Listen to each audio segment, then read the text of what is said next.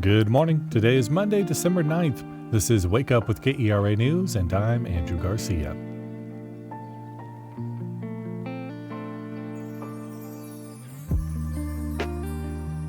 The sun's back out after this weekend, and it's feeling warmer too. We'll be enjoying some cool breezes today with a high near 70. Tonight, temperatures drop back down to the low 40s. This joyful time of year can also be a bit of a dangerous one if we're not careful. We learn what the risks of poisoning are during the holidays. That's after today's news. Another North Texas pastor was arrested last week. Arturo Alarcon was arrested Thursday for possession of child pornography and invasive visual recordings. He worked as an associate pastor for 121 Community Church and was a substitute teacher for Grapevine Colleyville ISD. At least 14 North Texas pastors and church leaders have been fired or stepped down this year for immoral failures and allegations, many involving sexual abuse.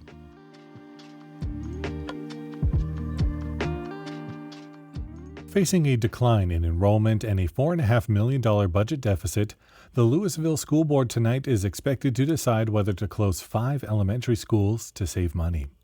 The district's Community Efficiency Committee evaluated 20 schools for staffing, operating costs, and facility assessment scores before narrowing the choices to Garden Ridge, Pulsar, Creekside, Highland Village, and B.B. Owen elementary schools. Lewisville is the latest North Texas district faced with this decision.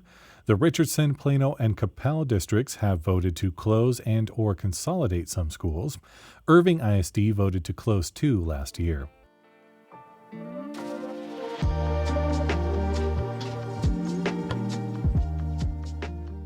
Amid all of the holiday celebrating, the CDC warns it's also a time of increased holiday poisoning risks and hazards in the home.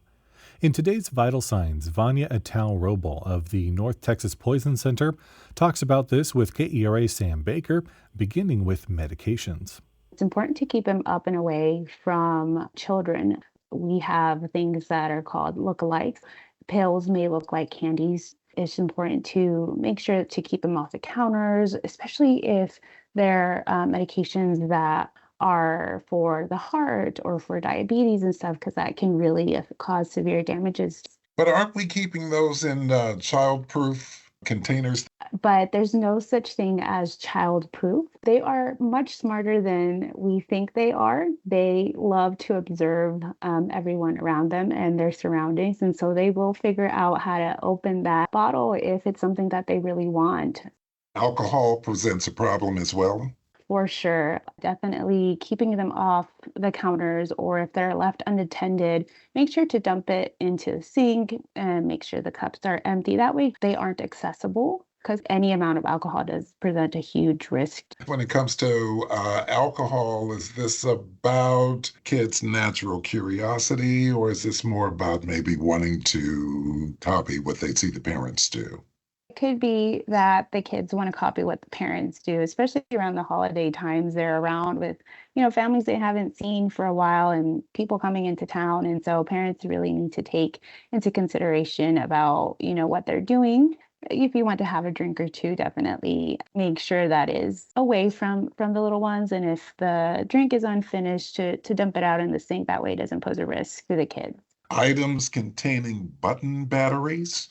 Yeah, so these button batteries are teeny tiny and they can cause severe injuries if it's swallowed.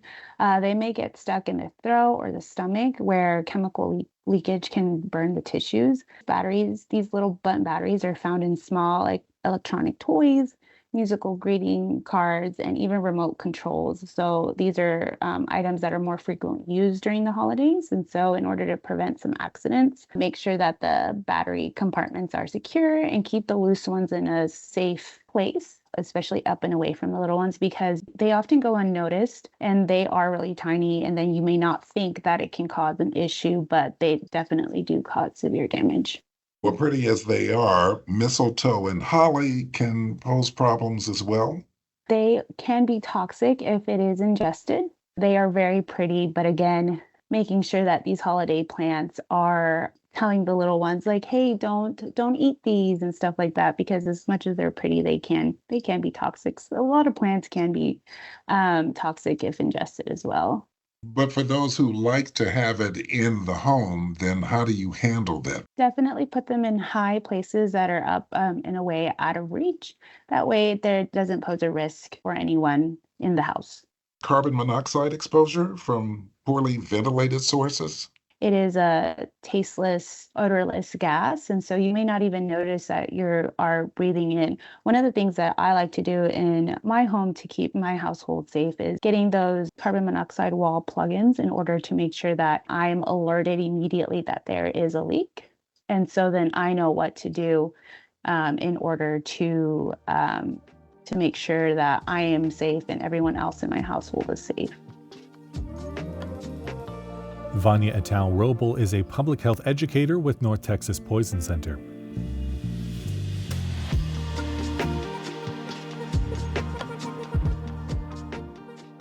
The Stars won their game 6-2 against the Calgary Flames last night, while Dallas Trinity FC joined the Stars in their winning ways with a victory over the Tampa Bay Sun FC 2-0 yesterday. In college football, SMU lost the ACC championship to Clemson, but still earned a spot in the college football playoffs, seeded number 11.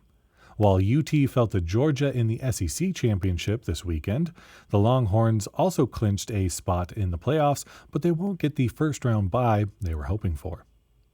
Head on over to Meow Wolf in Grapevine to experience Unreal Winter.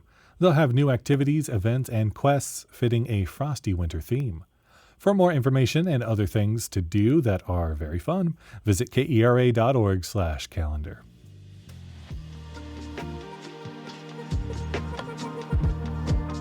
Thank you so much once again for listening to Wake Up with KERA News.